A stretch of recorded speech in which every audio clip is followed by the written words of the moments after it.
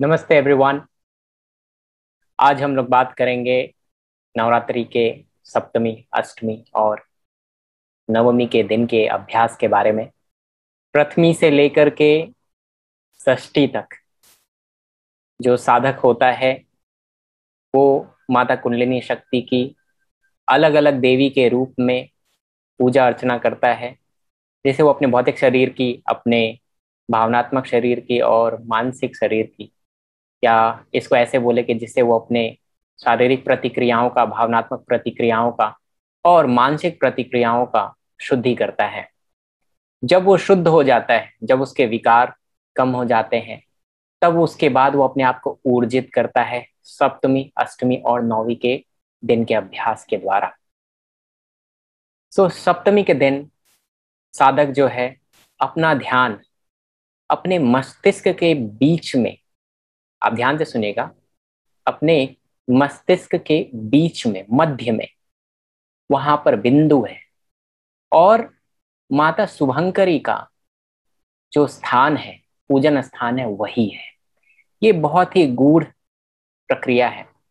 इसको हम लोग बिंदु साधना भी बोलते हैं। बहुत सारे उपनिषद में इसके बारे में व्याख्यान है, बहुत सारे गुरुओं ने इसके बारे में बात किया है। तो माता शुभंकरी का जो पूजन होता है, साधक इसी स्थान पर अपना ध्यान केंद्रित करके करता है, मस्तिष्क के बीचों बीच। माता शुभंकरी माता कालरात्रि का दूसरा नाम है। माता कालरात्रि देखने में उनका स्वरूप बहुत ही विकराल है, बट उन्होंने ये विकराल स्वरूप अपने बच्चों की रक्षा के लिए, यानी हम सब की रक्षा के लिए धारण किया है। और वो सिर्फ शुभ करने वाली है।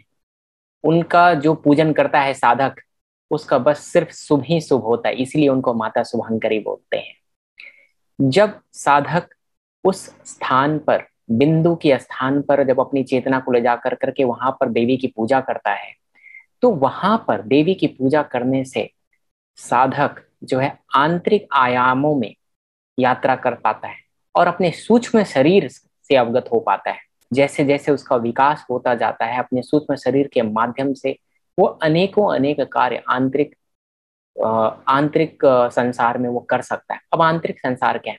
जब मनुष्य की चेतना भौतिक शरीर से निकल जाती है, जब वो रात में सोता है, उसकी चेतना भौतिक शरीर से निकल करके आंतरिक शरीर यानी सूक्ष्म शरीर में चली जाती है।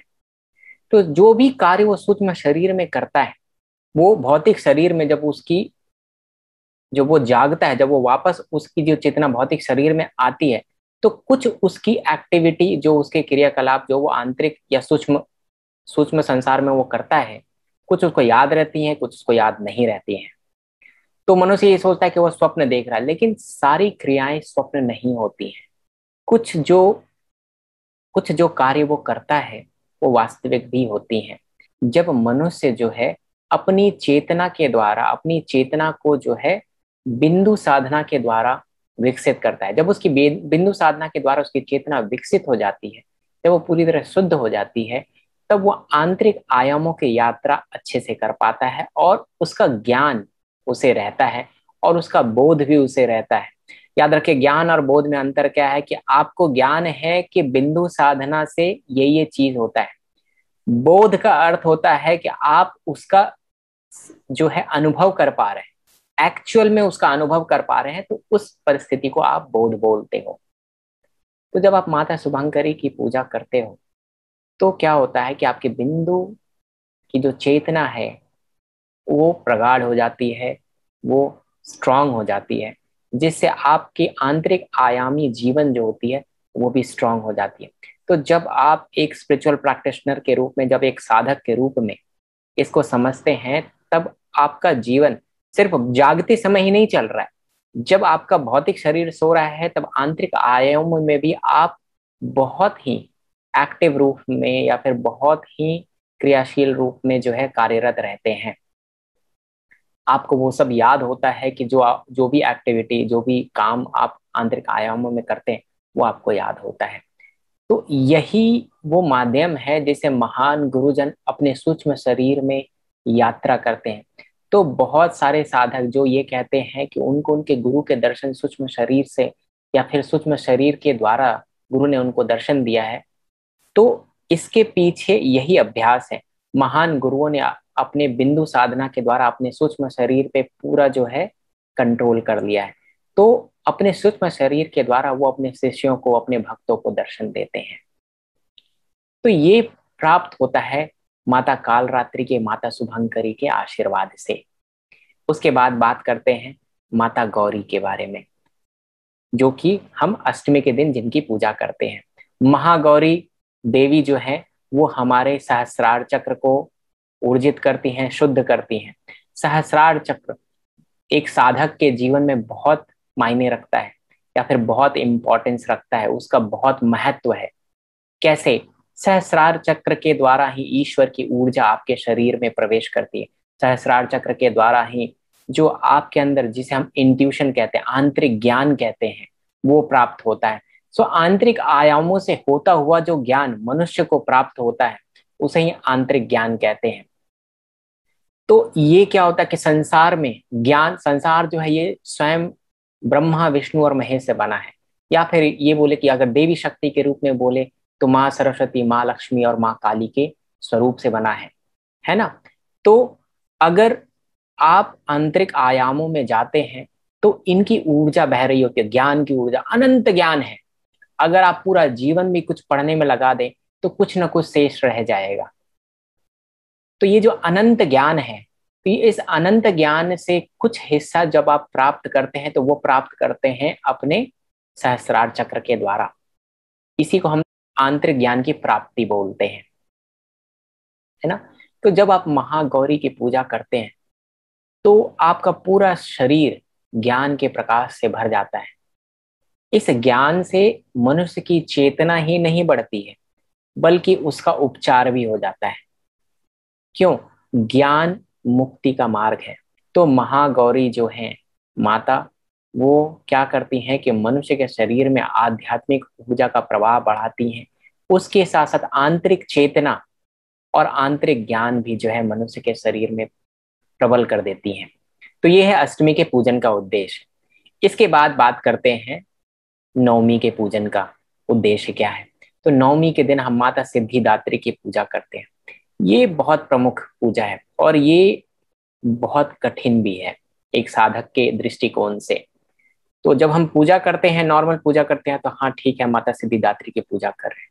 लेकिन जब एक साधक पूजा करता है तो वो अपने शरीर से ऊपर उठ करके, तो जब साधक जब तक शरीर में सारे चक्रों की पूजा कर रहा है, सारे चक्रों पे अपना ध्यान केंद्रित करके पूजा कर रहा है, तो महागौरी अष्टमी के दिन उसका ध्यान जो है अपने सहस्रार चक्र पे होता है। लेकिन जब वो महागौरी की पूजा के बाद माता सिद्धिदात्री की पूजा करता है तो पहली बार वो अपने शरीर की चेतना से उठ करके अपनी आत्मा की चेतना में, जो कि उसके शरीर से लगभग 12 इंच ऊपर है, लगभग 12 इंच ऊपर है, तो उस स्थान पर जाकर के, जहां पर वो अपने शरीर की चेतना से ऊपर उठ करके 12 इंच ऊपर के स्थान पे जा करके माता सिद्धिदात्री की पूजा करता है। इसको अगर आध्यात्मिक रूप से देखेंगे तो इसका महत्व क्या है? इसका महत्व यह है कि मनुष्य अपने आप को शरीर रूप में नहीं देख रहा, मनुष्य अपने आप को आत्मा रूप में देख रहा है, जो शरीर के अंदर भी है और शरीर के बाहर भी है। तो वो आत्मा जो इस शरीर में निवास करती है, यानी कि मैं अगर माता सिद्धिदात्री की पूजा कर रहा हूं तो मैं ये मान के पूजा कर रहा हूं कि मैं इस शरीर को धारण किए हूँ, ये मैं आत्मा हूँ, मैं ये शरीर नहीं हूं जो मैं दिख रहा हूँ, मैं इससे ऊपर हूँ और मैं उस स्थान पर जा करके माता को ध्या रहा हूँ। तो मेरा जो जीवन है वो आत्मा रूप में माता का जो है आशीर्वाद ग्रहण कर रहा है।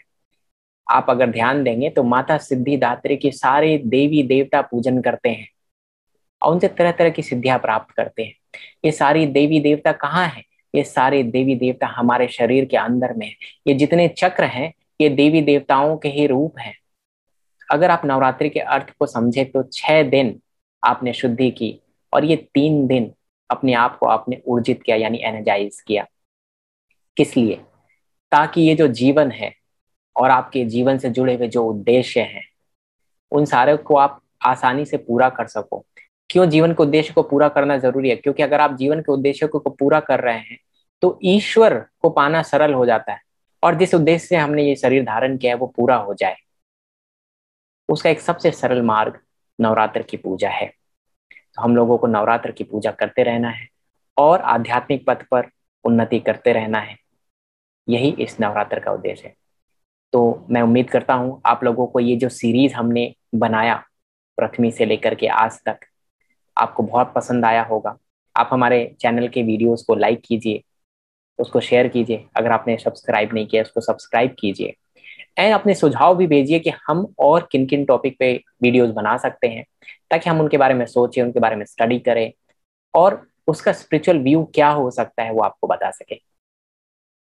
हम लोग ऐसे इंटरेस्टिंग वीडियो आपके लिए लाते रहेंगे ताकि आप उसका एक और पहलू, अपने धार्मिक अभ्यास का एक और पहलू, आध्यात्मिक पहलू भी जान सके। आप सबके ऊपर माता की कृपा बनी रहे, माता कालरात्रि की कृपा बनी रहे, माता महागौरी की कृपा बनी रहे और माता सिद्धिदात्री की कृपा बनी रहे। यही हम सबकी प्रार्थना है। आप सबको बहुत बहुत धन्यवाद। नमस्ते।